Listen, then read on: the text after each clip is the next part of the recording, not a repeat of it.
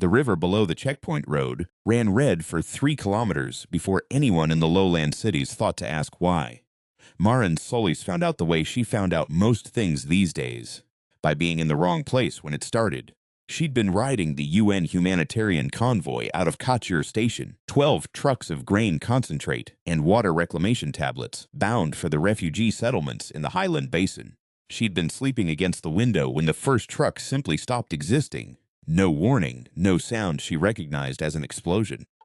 Just a sharp fold in reality, a seam of violet light stitching itself across the road ahead, and then the lead vehicle was gone, and the road was a crater, and the driver beside her was screaming in Nepali, and she had no useful answer for him.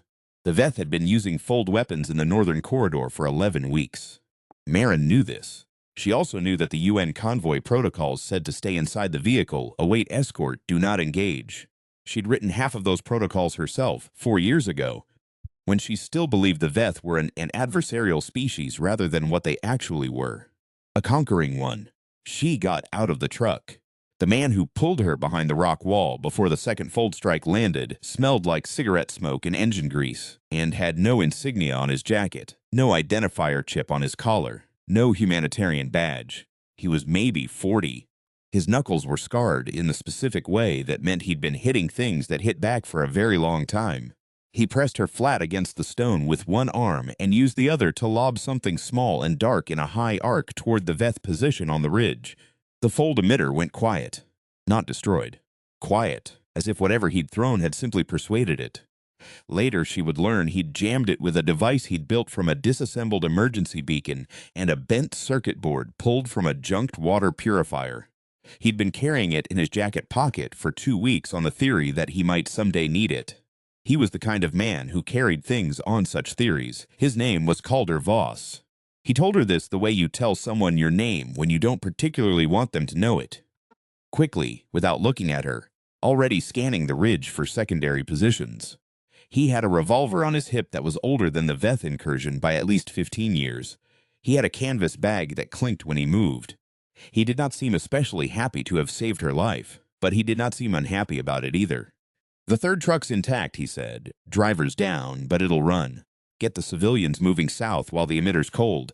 You've got maybe 8 minutes. Who are you with? No one. Then what are you doing up here? He finally looked at her. His eyes were the color of old ice, and they held something she would spend the next 3 weeks trying to accurately name. Not grief, not guilt, exactly. Something that had started as one of those and been worn into a different shape by long use. Repaying a debt, he said. His camp was a disused survey station 2 kilometers off the road, invisible from the air because he'd strung thermal scatter netting across the roof in a pattern that mimicked a heat signature from a natural rock formation. He'd rigged the netting himself, she discovered later. He'd done most things himself. The station had 1 sleeping room, a larger workspace full of salvaged components, and a terrace that overlooked a valley of extraordinary beauty, broad green and gray under a pewter sky. The Veth sensor posts glowing amber on the far ridgeline like a string of paper lanterns from an old festival photograph. The convoy survivors stayed 3 days while Maren arranged extraction through a contact in the lowland relay network. Calder fed them, did not charge them, said almost nothing except in the evenings when the younger children would drift toward his workspace, and he would, without any particular warmth, but with perfect patience, explain what each piece of salvage was for. He had a way of describing Veth technology in terms of human equivalents, as if he'd spent a long time systematically translating one language into another. This fold emitter works like a shaped charge, except instead of force it displaces mass. This sensor cluster is essentially a motion-sensitive camera, except it reads thermal variance rather than light. The Veth are not magical, he told a 12-year-old boy who was listening with huge eyes. They're just engineers who've had longer to practice. On the second night, Maren found him on the terrace. He was reading something. A book, actual paper, actual binding, the spine cracked in the way of something read many times. She could not see the title in the low light. You're not a soldier, she said. I was. For which side? He closed the book on his thumb. There were more than 2 sides. There are always more than 2 sides. He glanced up at the amber lights on the far ridge. The Veth think in binaries, subject, object, absorb, destroy. It's their greatest weakness, and they don't know it yet. You sound like you've been studying them. For a while now. How long? He was quiet for a moment, since before most people here knew they existed. She sat down on the stone railing across from him. Down in the valley, a light moved along the road, probably a Veth patrol crawler, doing its slow survey of the pass. She watched it and tried to feel afraid, but fear had been replaced somewhere in the past 2 days by something more functional and altogether colder. "The girl," Marin said. "The one who followed you back from the road, Dessa. She wants you to train her." "I know. Are you going to?" He opened the book again. She caught a glimpse of the title this time, handwritten on the inside cover in a language she didn't recognize, and below it, in English, in a different hand. "In the realm beyond is tot tot." "I told her I'd teach her self-defense," he said. "Not how to kill." "Is there a difference out here?" "There's a difference in here." He touched his temple briefly with 2 fingers. Whether it lasts is a separate question. Her name was Dessa Wangmu. She was 16, half Tibetan, half of something she described as, "My father was from far away, and I don't mean that romantically." And she had the specific quality of stillness that belongs to people who have trained themselves not to flinch. Her family had been killed by a Veth collaborator unit during the Highland clearances 3 years ago. She'd survived by being in the river. She'd been planning revenge for approximately 3 years, which she described with a matter-of-fact precision that Marin found more unsettling than any amount of overt rage would have been. "I need to be able to fight," Dessa told Calder the morning of the 3rd day, "not just run. I've been running for 3 years. Running's kept you alive. Running's kept me away from the people who killed my family." He studied her for a long moment. "Once you've done it," he said, "once you've actually killed someone, you don't go back to being the person you were before. Do you understand what I mean?" "Yes," she said, with the confidence of someone who has never done it. He looked at Marin. She looked back at him with what she hoped was an expression of neutral non-involvement. "Self-defense," he said. "And I'll teach you to read something. I already know how to read, something specific." He went inside and came back with the paper book, open to the first page. "Your father's language." It was his, wasn't it? Dessa looked at the book. Something crossed her face. Not grief, not quite, and then was suppressed with the same trained stillness she applied to everything else. She took the book in both hands. "How did you know?" "The way you held it when you found it in my bag," he said. "Like it was already yours." He trained her in the mornings, before the Veth patrol window opened. Marin watched from the terrace and took notes she told herself were purely analytical. She had been a protocols officer for 4 years, which meant she was theoretically a non-combatant, which meant she had a professionally calibrated skill set for observing conflict and almost no practice in the part where you personally did something about it. What Calder taught Dessa was not martial arts in any recognizable sense. It was closer to physics. He explained leverage, balance, the specific geometry of the human body's weak points and strong ones, and then he made her practice it until it stopped being knowledge and became reflex. He corrected her without condescension and praised her without warmth, which she seemed to prefer. In the evenings, he made her read aloud from the book, halting, then more confident, then one evening smooth enough that he set down whatever he was working on and just listened. When Marin's extraction contact finally came through, she told him she was staying. He looked up from his workbench. "The corridor needs a protocols officer," she said. "Someone who knows the humanitarian networks. The corridor will kill you. The corridor is currently killing everyone regardless." She crossed her arms. "And I know things about the Veth movement patterns in the lowland relay system that your jammer won't be enough for." He held her gaze for a long moment. Then he went back to whatever he was soldering. "There's a second sleeping bag in the storage locker," he said. The Veth were not, as Calder had observed, magical, but they were methodical in a way that became, after long exposure, almost indistinguishable from magic. Their sensor networks formed overlapping webs of awareness across the occupied zones. Their fold weapons were precise to within centimeters. Their collaborative network, the hive architecture the UN briefings called the lattice, allowed instantaneous coordination across units that could be kilometers apart. They did not tire. They did not panic. They did not make errors born of emotion. They made other errors.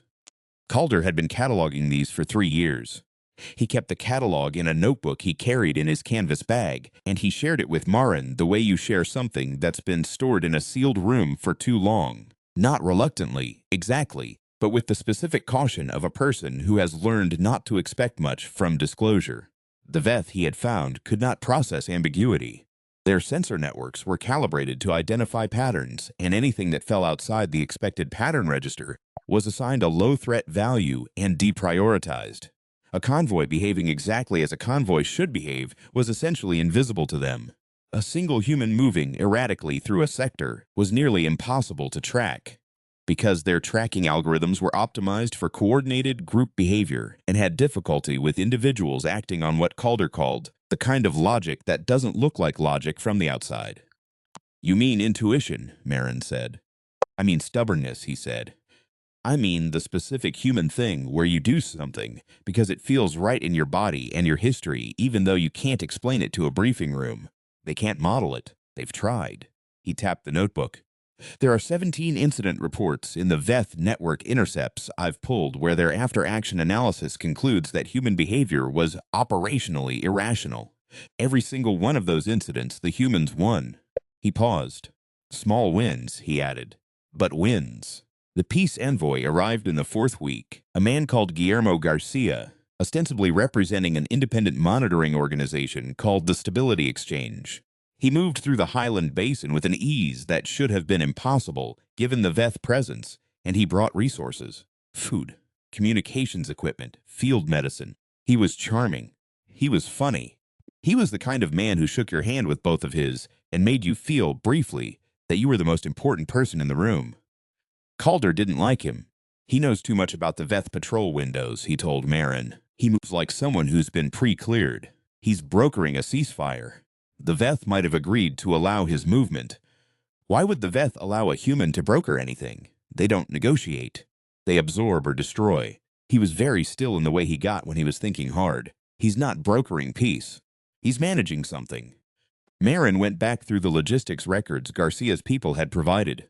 The food shipments aligned perfectly with VETH distribution patterns in other occupied zones. Not adjacent zones, not similar zones, but specifically the zones that had been pacified before absorption.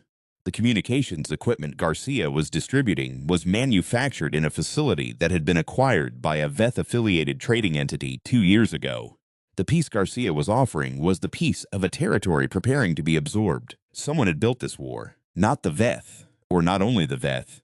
Someone human had manufactured the conflict, positioned themselves as the solution, and was collecting payment from both sides.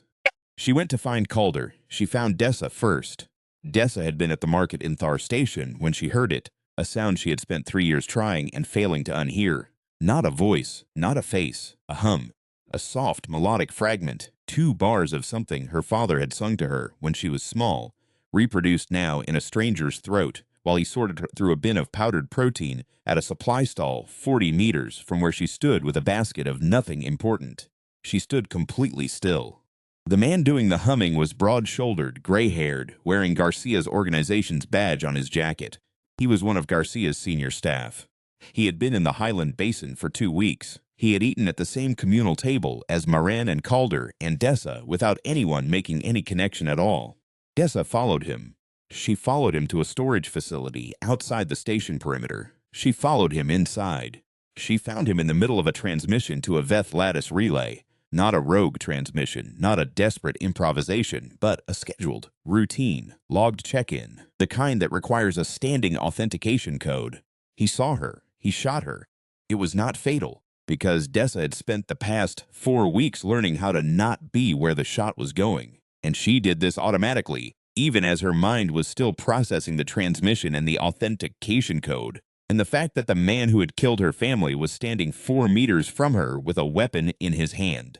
The shot caught her left side. A graze, she told herself, and then immediately acknowledged it was more than a graze when the dark spread across her jacket. She got out of the building. She kept moving. She made it back to the survey station and said, very clearly, what she'd found, and then Calder sat her down and did something quiet and efficient to her wound, and she didn't look at it, because she didn't want the visual information interfering with her ability to continue speaking. He didn't want to kill Garcia. Marin understood this only after they'd been planning for 20 minutes, and she noticed that Calder had not once mentioned Garcia's death as a necessary component of any plan. He was building around it, neutralize the relay network, expose the authentication codes, pull the Veth's operational certainty out from under Garcia's operation without specifically killing the man. "He's a human being," she said neutrally. "He's a human being who built a war for profit and got people killed." He didn't look up from the notebook. "Those aren't mutually exclusive." But he was quiet for a moment. Outside, the amber lights on the ridgeline pulsed in their slow rhythm. In the sleeping room, Dessa was unconscious from the medication he'd given her, the paper book pressed to her chest like something she didn't want to lose in the dark. "I did something like this before," he said. "A long time ago. I hunted someone who deserved it." He set the pen down. "It didn't feel like I thought it would. It felt like swallowing something and discovering afterward that the thing was still alive in you." He finally looked at her. "I don't want that for her. She's not making the choice here. You are." He picked the pen back up. "I know." They hit Garcia's operation at the Thar Station Transit Hub, where the armored crawler he used for regional movement was parked overnight for scheduled maintenance. The crawler ran on a sealed track, which meant it could move at speed, and the exits were limited, and there was exactly one point of vulnerability in its sensor array. A gap in the thermal coverage on the east-facing hull, where two panels had been welded by someone who was not, Calder observed, as precise as they'd thought they were. Marin's role was communications. She was good at communications. She spent 40 minutes coordinating with the 3 independent resistance cells in the basin. People Calder had been in contact with for months. People who were tired of running and had been waiting for something that looked like a plan. She told them what Garcia was. She gave them the authentication code from Dessa's intelligence. She watched them, individually and then collectively, make the specific human decision to act on incomplete information, because the window was small and the cost of waiting was more certain than the cost of moving. The Veth system saw none of this. The activity was individually erratic, operationally irrational, impossible to pattern match. Frederica, the contact from the lowland relay who had been Marin's original extraction route and had become, gradually, something more integrated into the operation, took position on the ridge with the long rifle she'd carried since before Marin met her and put a shot through the crawler's east-facing sensor panel from 400 meters in wind that was doing something complicated and personal. The sensor array went offline. Calder went over the roof of the crawler. What followed was not clean. It was not graceful. It was not the kind of fight that can be described in terms of skill versus skill, because Garcia had 6 armed people in the crawler and Calder was one person who had decided, at some point years ago, and then again and again in the years since, that he was going to do this kind of thing regardless of the numbers. He was not impervious to damage. He took damage. He distributed it unequally. Garcia came at him on the crawler's roof with a weapon that was Veth manufactured, the kind that required an authentication code, the kind that a human being only possessed if he was operating with lattice authorization. Calder saw it and understood it and felt, watching it raise toward him, something he had felt before, the specific cold clarity of a man who has been this close to the edge enough times that the edge no longer frightens him, only sharpens him. "You could come in," Garcia said, over the wind and the distance and the beginning of what was becoming a firefight below. "There's always room for someone like you." The Veth value function. They value people who operate outside sentiment. Calder didn't answer. "You're going to die out here," Garcia said. "You and your girl and your protocols officer. And it won't matter. They'll absorb this basin regardless." "Probably," Calder said. He took the weapon. He did it with the geometric precision of a man who had been taught by his body's long memory. And there was nothing spectacular about it. Nothing filmed for an after-action record. Garcia went down. The weapon skittered across the roof, and Calder stepped on it, and then he stood in the wind above the basin with his hand pressed to his own side, where something had caught him, and he looked out at the valley and the amber lights, and thought, as he sometimes did in these moments, about the face of the man he'd killed years ago.